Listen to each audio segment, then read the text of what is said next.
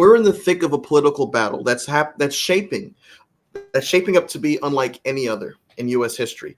With less than a week to go before the presidential debate, Vice President Kamala Harris is doubling down, not just on winning the White House, but on ensuring that Democrats control Congress too.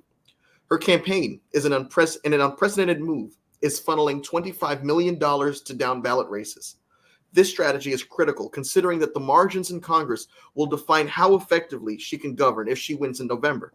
But there's more at play here. Harris's support, particularly among Black and Latino voters, has grown, but she's still trailing Biden's 2020 numbers, 13 points behind Biden among Black voters and 6 points behind with Latinos. Harris needs to close these gaps, and fast. On the flip side, former President Trump is trying to navigate the tricky waters of the abortion debate, a topic that's become a flashpoint in the campaign so far.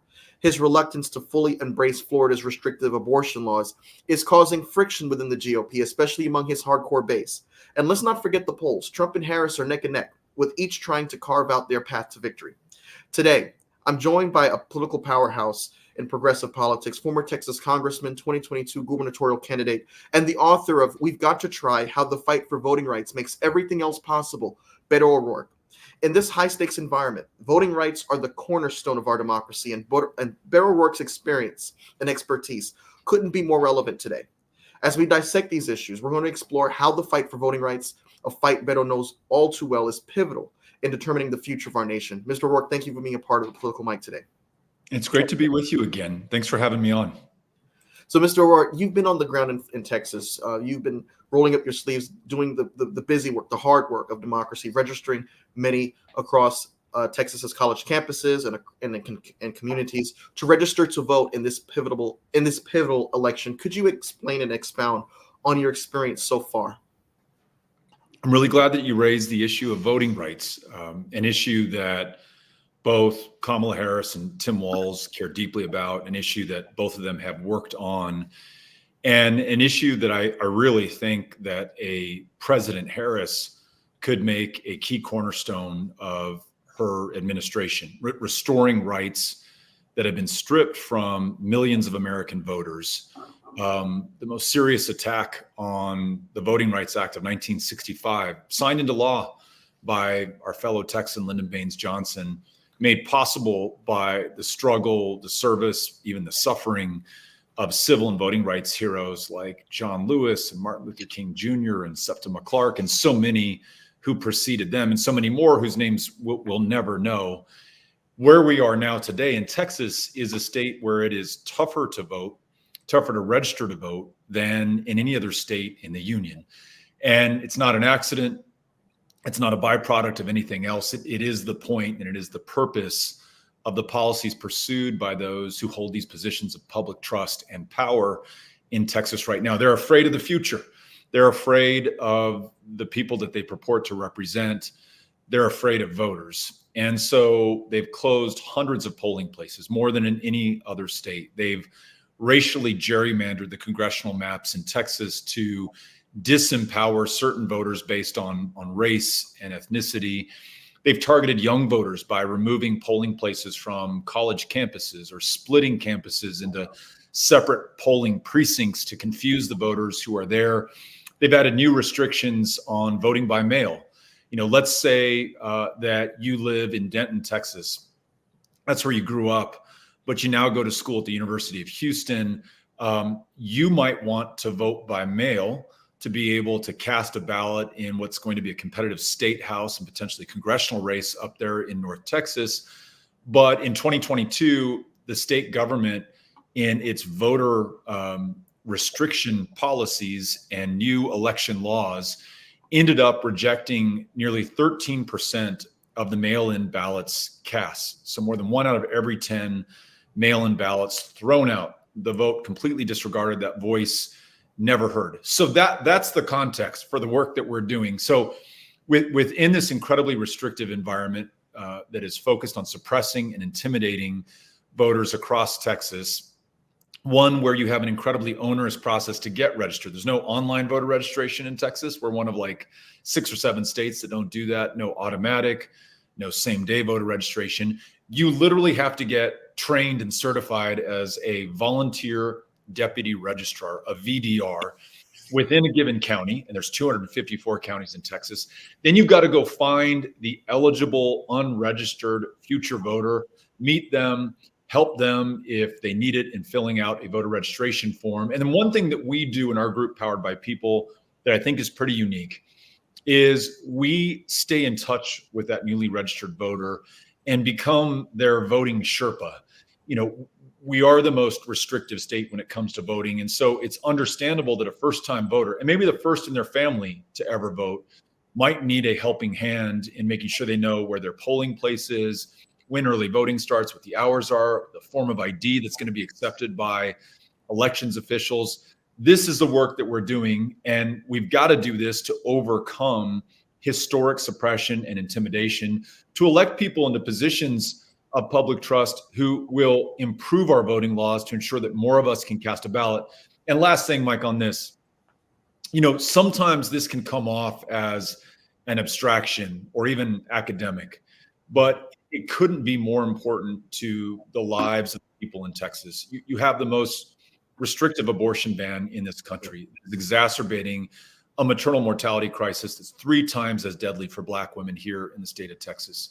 You have a minimum wage that's $7.25 an hour. No one survives on that. So you're working 2 or 3 minimum wage jobs to get by. We're the least insured state in America. More kids die of diabetes, totally preventable here in Texas than they do anywhere else. Public schools under attack, public school educators leaving the profession in droves. There are very real challenges that we have in Texas that will only be met when we have a fully functioning democracy that can elect leaders who are going to change the course that we're on and improve the lives of the people of Texas. So all of this is connected, but it all starts with voting.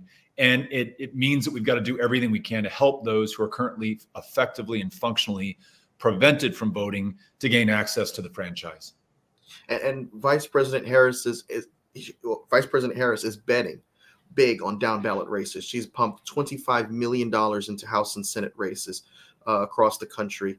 Pundits across the networks have repeatedly said that the odds are against the Democrats' favor to win the Senate and to hold the House. What do you make of this strategy by the Harris campaign? Is this a bold move to expand the Democratic base or a sign of concern about her own standing with key voters? You know, the thing I think I love most about the Harris-Walz campaign is that they are completely off the back foot and fully focused on running the most aggressive offense ever.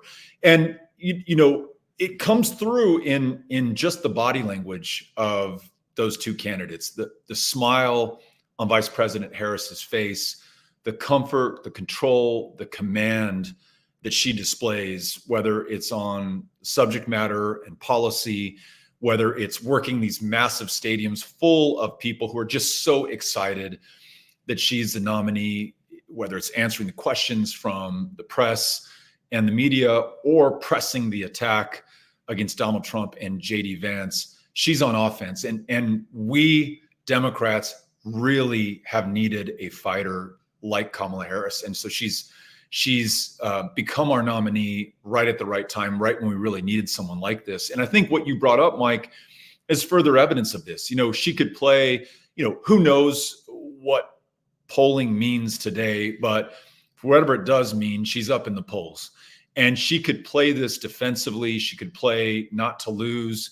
Instead, she's not only focusing on making sure that she's the next president of the United States, but she's going to make sure that she has a House of Representatives and United States Senate with whom she can work to move forward on incredibly ambitious policies to reduce prices and drive down inflation for everyday Americans, to expand workers and union rights across this country, to increase the affordability of homes and to ensure that we're creating new housing. I mean, this is the kind of stuff that she's really only going to be able to achieve if she has working partners in Congress. And so 25 million, which is the most it's ever been sent down ballot by a Democratic presidential nominee, is not only going to help us to defend the seats that we need to keep in our column, it allows us to go on offense here in Texas. Texas, as you know, represents the biggest pickup opportunity for Democrats in the Senate. If Colin Allred defeats Ted Cruz, which is totally possible. The current polling from Texas Southern University and the University of Houston has him down 2 points. That's within the margin of error. If he defeats Ted Cruz, if we hold on to Sherrod Brown's seat and to important races in Wisconsin and Michigan, and maybe even in Montana with John Tester, then Kamala Harris is going to have a Democratic majority that is going to allow her to really lead this country through to much better times for everyday working Americans. So I love the plan. I love the offense that they're running. And I love the joy and the energy that's coursing through the Democratic Party right now, because we're no longer on defense. We're no longer in a bunker, wondering whether the worst is going to befall us. We're out there fighting as hard as we can on all fronts. And that's the way that we should run as a party. Now, you mentioned Colin Allred, and I'm glad you did, because I've heard some Republican state legislators say that Colin Allred doesn't have the pull that you had when you ran against Ted Cruz, that he doesn't have the broad statewide appeal, and that they're very confident in Cruz's reelection chances. Cruz is already leaning hard into his conservative base, and Texas demographics are shifting. How does Allred navigate the tightrope between energizing the Democratic base and winning over those crucial swing voters? Can he find a sweet spot that Cruz can't reach? This is such a good question. And I would point us to the evidence that we have available, which is Colin Allred's track record, both as a candidate and as a legislator. As you know, in 2018, the same year that I was running against Ted Cruz for Senate, Colin Allred was running against Pete Sessions, a formidable conservative Tea Party Republican who was really an institution in the state of Texas and an institution in the United States Congress. In other words, that incumbent wasn't going anywhere. That is until Colin Allred hit the scene. And his ability to campaign and connect with Texans across the political spectrum. I don't think the guy cares whether you're a Republican, an independent, a Democrat, whether you've ever voted in an election before, whether you don't believe in our politics or you're as passionate as it gets. He wants to make sure that he's serving and delivering for you. And that message was taken in by the voters of that district, and he pulled off one of the biggest congressional upsets of 2018. And since then, as a legislator, he's governed in an incredibly effective, successful, bipartisan fashion, bringing Republicans and Democrats alike together to address core problems, challenges, and opportunities of Texans and Americans, whether that's inflation, whether it's infrastructure, whether it's delivering much needed and earned services to veterans who put their lives on the line for this country. Colin Allred has come through. And so that history gives me some confidence in the campaign that he's running now. I mean, the 2-point deficit is really, really encouraging. And the reminder that we've got about 2 months, más o menos, left before this thing is decided. He's been making up ground the entire course of this cycle. And really, I think he's just getting started. His fundraising is out of this world. The resources that he's going to have to be able to deploy on TV, radio, social media, however we're going to get our information about this election, Colin is going to be there, and he's going to be very competitive with Ted Cruz in terms of what Cruz is able to raise and spend. And then there's this last thing. This is like the thing you can't measure. And it's just that you meet Colin and you cannot help but like Colin. He's a good human being whose core focus in life is serving others. You contrast that with Ted Cruz, who is, I think, literally the opposite. And you know this, but in 2021, when our state went through an awful power grid failure that ended up costing the lives of more than 700 Texans, many of whom froze to death in their homes or in their vehicles. As this tragedy befell our state, Ted Cruz got on the first plane out of Texas to Cancun, stayed at the Ritz-Carlton, left his constituents, left the family dog behind in Texas to suffer and defend for themselves. That is the opposite of a leader, and it's clearly not what we need, nor is it what Texans want.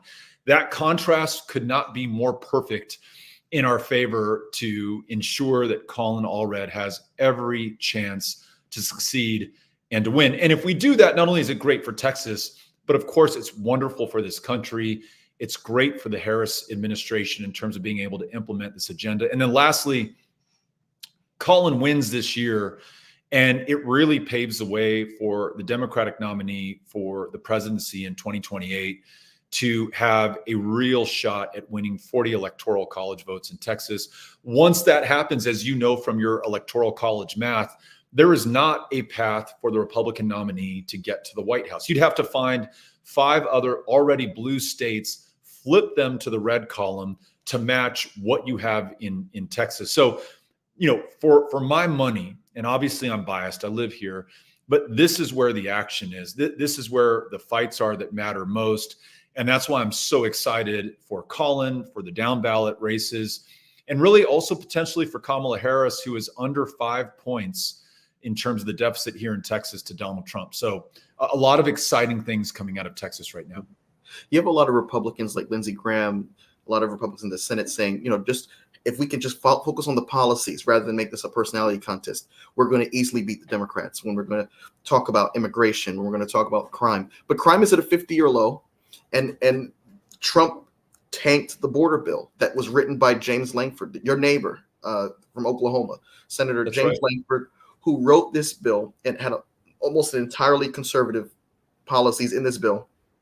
And twice the Senate did not approve this bill because Donald Trump, as he said, blame me for the demise of this bill. Well, he's responsible for it. Yet Republicans feel so confident when it comes down to immigration. Polls show that more Americans trust the Republican Party than the Democratic Party on this issue. And then the economy. Trump ballooned the deficit by $2 trillion under his watch. The Tax Cuts and Jobs bill, had 83% of the tax cuts going to the top 1% of Americans. This was not a bill that helped the economy whatsoever. It added to the deficit. The first 3 years of Trump's administration saw a reduction in average monthly job growth compared to the last 3 years of the Obama administration. Yet, poll after poll shows Republicans are winning on the economy. Trump is beating Harris on the economy. What do you make of these discrepancies in terms of the realities of the policies playing out and the polls, the apparent perception among the American people that the Republicans are better on certain issues despite their records? It just clarifies the work that all of us have to do. Most importantly, Kamala Harris and Tim Walz, but we know how politics and how democracy works. They can't do this on their own. And so we all have to share these stories. And I think, as you do on this show, having open conversations about the things that we care about most, including with people who may not agree with us already, is the way that we're going to get there. So, for example, you mentioned earlier that I'm on college campuses across the state helping to register young Texans to vote. Very often over the course of that conversation, when we're getting somebody registered, I'll ask them, why are you excited to vote, or what matters most to you? I hear so often for so many that the price of housing, the ability to afford rent or a mortgage on a home, your freedom from your parents, literally to be able to move out of that house or apartment, to have your own space, and really to fulfill your part of the American dream as perhaps your parents and your grandparents did. It's causing a lot of anxiety for a lot of people for very real reasons. Interest rates have been high. We're not building enough homes and apartments and housing in this country, and we've got to do something about it. So when somebody raises that, I say, you may or may not know this, but Vice President Harris has proposed a plan to build 3 million homes just over the course of her first administration, to provide $25,000 down payment assistance. I mean, that literally will be the bridge over the gap that so many young Americans, and older Americans for that matter, face right now, that's preventing them from being able to purchase a home, to build equity, to have this wealth that not only can they enjoy and borrow against, but can pass down to the next generation and ensure that their kids and grandkids are able to do okay. I mean, it's just a fundamental part of how we want the American economy to work. And right now, that's not working for a lot of people. And so I don't know what Donald Trump's plan is on that, literally. I mean, the only specificity we have from him is really to look back at his first administration. You are so right to point out that when he pursued economic policy, it was almost unilaterally for the very wealthiest, for large corporations, for billionaires, at the expense of everyday, ordinary, average working Americans. So tax cuts for the very rich, lowering the tax rate for corporations, adding billions upon billions to the national debt in order to pay for this. And who pays it back? All of us end up paying this back. That's the contrast. I mean, if you want someone who's going to help the already fantastically rich, Donald Trump's your guy. If you want someone who's going to help a first-time home buyer get that mortgage so that they can buy that home, if you're looking for someone who's going to look out for those who are carrying way too much student loan debt, if you're looking for someone who wants to reduce inflation at the grocery store and the gas pump, your person is Kamala Harris. And we know Cruz is a fundraising powerhouse, but Allred has been making waves, like you mentioned, in campaign finance as well. In this David versus Goliath matchup, what's the key to closing the financial gap between the two candidates? Is grassroots support going to be enough? Or does Allred need something more to overcome Ted Cruz's war chest? Grassroots is where it's at. It kind of gets back to this previous conversation we had about the economy and who Kamala Harris is looking out for and who Donald Trump is looking out for. I think the source of strength for Colin Allred is the donor who's chipping in $5 or $25 or $100 and doing that every single month to make sure that he has the resources to reach, to connect with, and then to turn out to vote the margin of victory in this race. We lost against Ted Cruz by 215,000 votes in 2018. It's like 2.5% of the electorate that participated in that election. There are millions of people already registered who didn't vote in that election at all. Millions more who didn't vote in the governor's race in 2022. Colin needs your 25, your $100, whatever you can pitch in to reach voters who definitionally are much harder to connect with, haven't participated in an election in 2 or 3 cycles, may have been victim to, you've probably read about this, but our governor just bragged last week that he knocked 1.1 million Texas names off the voter rolls. You have our attorney general, thrice or at least twice indicted, Ken Paxton, who is raiding LULAC, literally the oldest Latino civil rights organization in the country. In both cases, it's not about pursuing criminality or purifying the voting rolls. It's about intimidating the electorate. And for people who may already have some anxiety about voting, about whether they have the right form of ID, about whether they're going to be embarrassed when they get to the polling place, it gives them further pause and probably makes it less likely that they turn out. So how are you going to defeat that? How are you going to overcome that? Well, we're doing the voter registration part, but then you need to make sure that you're funding someone like Colin Allred or Michelle Vallejo, one of our challengers in South Texas to win a congressional seat. You got to make sure they have the resources to reach these voters, literally to knock on their doors, to say, hey, I'm running for Congress. I'm running for the Senate. I want to serve you. I know you haven't voted in a while. Let me tell you why this election matters and why your vote can make the difference. That stuff, it costs time, but it also costs money. So I think the small dollar donors, the millions of people out there who give what they can, that's key to Colin's, to Michelle's, ultimately to Kamala Harris's chances in this race. So to everyone who's giving, thank you. Everyone who's thinking about it, know that it works. Back in 2019, when you were a candidate for president, I was one of the young people across the country that enthusiastically supported you. And I also enthusiastically supported President Biden. I thought that the two of you would make a fantastic ticket. And we know how it played out. Biden ended up choosing Kamala Harris. And, they made a lot of progress together in the White House. Now, I thought, and I'm still of the opinion that President Biden deserved better than to be pressured out of the White House. What is your response to those who may feel similarly, that this was a strong administration that had a powerful record to run on? Any other president would have been proud of this kind of legislative record. He stood up more fiercely to Putin than any of his predecessors, Democrat or Republican. NATO was strengthened under his leadership. Ukraine has been able to get a fighting chance against the Russians in this ongoing war. And, Israel has found a powerful ally in President Biden.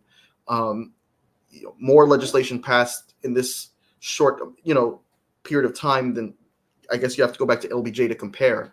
And yet he was pressured out, and now he's going to be a one-term president. What is your take on that? And also, what advice would you give Kamala Harris as she now has to navigate how to speak the language of Pennsylvania voters, Wisconsin voters, voters in critical battleground states that Democrats cannot afford to lose if they want to win the White House this November? I look to President Biden himself. And by the way, I agree with so much of your assessment. Arguably, one of the most successful administrations in American history. Whether it's the economy, whether it's climate, whether it's beating back the deadliest pandemic this planet has faced, at least in our lifetimes, probably in a very, very long time. The foreign policy successes that you enumerated, just really an amazing, fantastic job. And I think he'd be the first to say that his leadership was indispensable, but so was the effort put forth by the team that worked with him, including, most importantly, Vice President Harris.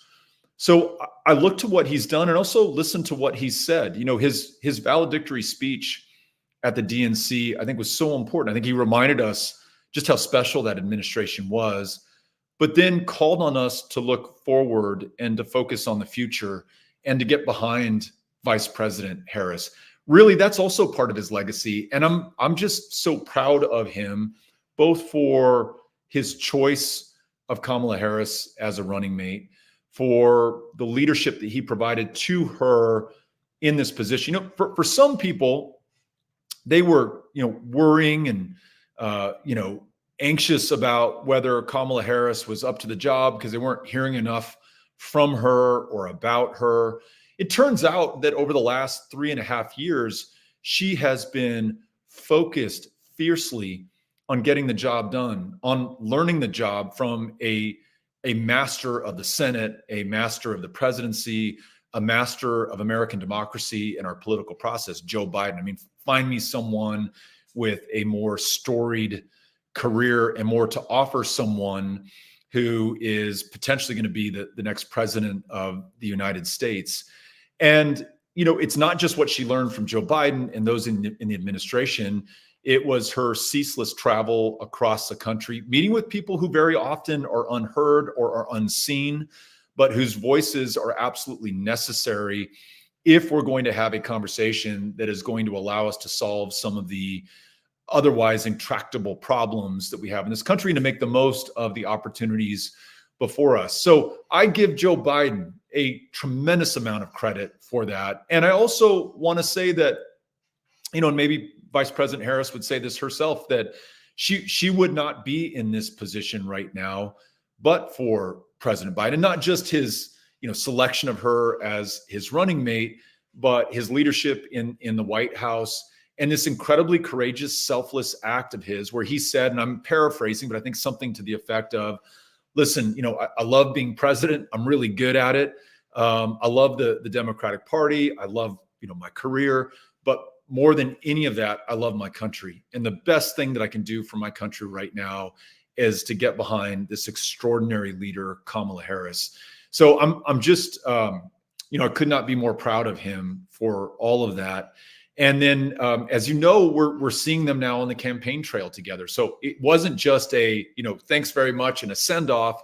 It is this guy tirelessly working to advance the cause of America and the Democratic ticket right now. So for those who love Joe Biden, and I love Joe Biden, let's take in that full picture and just realize how lucky we are, how lucky we have been, and follow his lead in the work that he's asking us to do right now to make sure that Kamala and Democrats down the ballot win these important elections.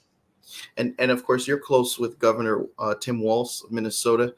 There are those who criticize the choice of Tim Walz, saying that it would have been more beneficial for Harris to choose someone like Shapiro, who's younger, who would have been, at least by the year 2032, assuming Harris gets 2 terms, the same age that Harris is roughly now, positioning him to take over from where she left off.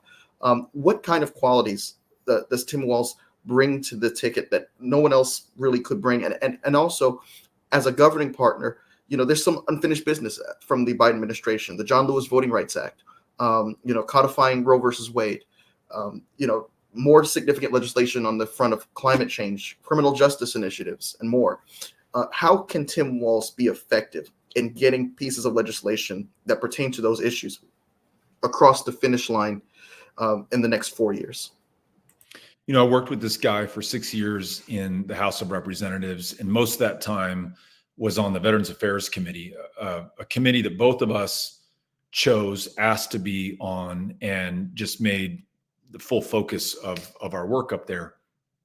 And as you know, it's a relatively bipartisan part of an otherwise hyper-partisan Congress. You have the ability to work with people from the opposing party as well as your own colleagues within your party to advance legislation that's going to rewrite the GI Bill, that's going to expand access to mental health care, that's going to address long wait times at the VA, that's going to disentangle issues with disability benefits that were earned by veterans but were denied because of the delays that you see within the VA. That's all stuff that he worked on.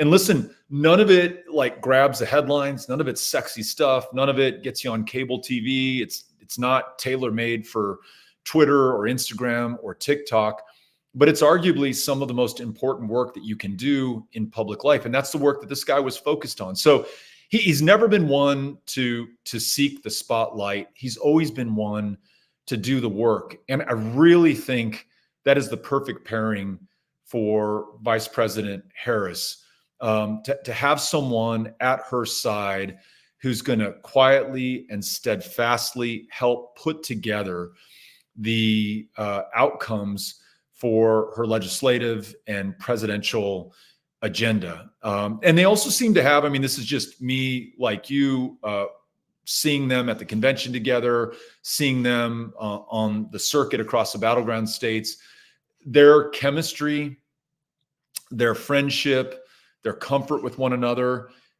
all of that is incredibly positive and bodes very well for their ability to work together as a team. And so, she could not, and we could not have lost with Josh Shapiro, with Andy Beshear, with Mark Kelly, with Pete Buttigieg, and anyone else that she was considering. Any one of them would have been fantastic. It just turns out that Tim Walz really is the right fit for her. And I think the right person for that position at this place in our history. So I'm very excited to see someone like Tim Walz at Kamala Harris's side, adding so much to that ticket and further increasing our chances of winning in November. Yeah. And before we end, you've alluded to it earlier, the challenges that Texas has imposed upon voters can be overwhelming. What advice do you have for voters who, particularly young voters, who may feel overwhelmed or discouraged by these new restrictions? How can they stay engaged and make their voices heard in 2024 and be confident that their vote is going to actually be counted and matter despite these obstacles? Anything you care about. I mentioned to you how often I hear the topic of housing and affordability of purchasing a home or renting an apartment comes up. I certainly hear from many young people, especially young women, about the obscene abortion laws that we have in Texas that not only prevent a woman from being able to seek and obtain an abortion legally, but really imperil the healthcare of women across the state, in the least insured state in the country. If you want to change either of those things, you have to vote. But we should acknowledge that voting is harder in Texas than it is anywhere else, and that is by design.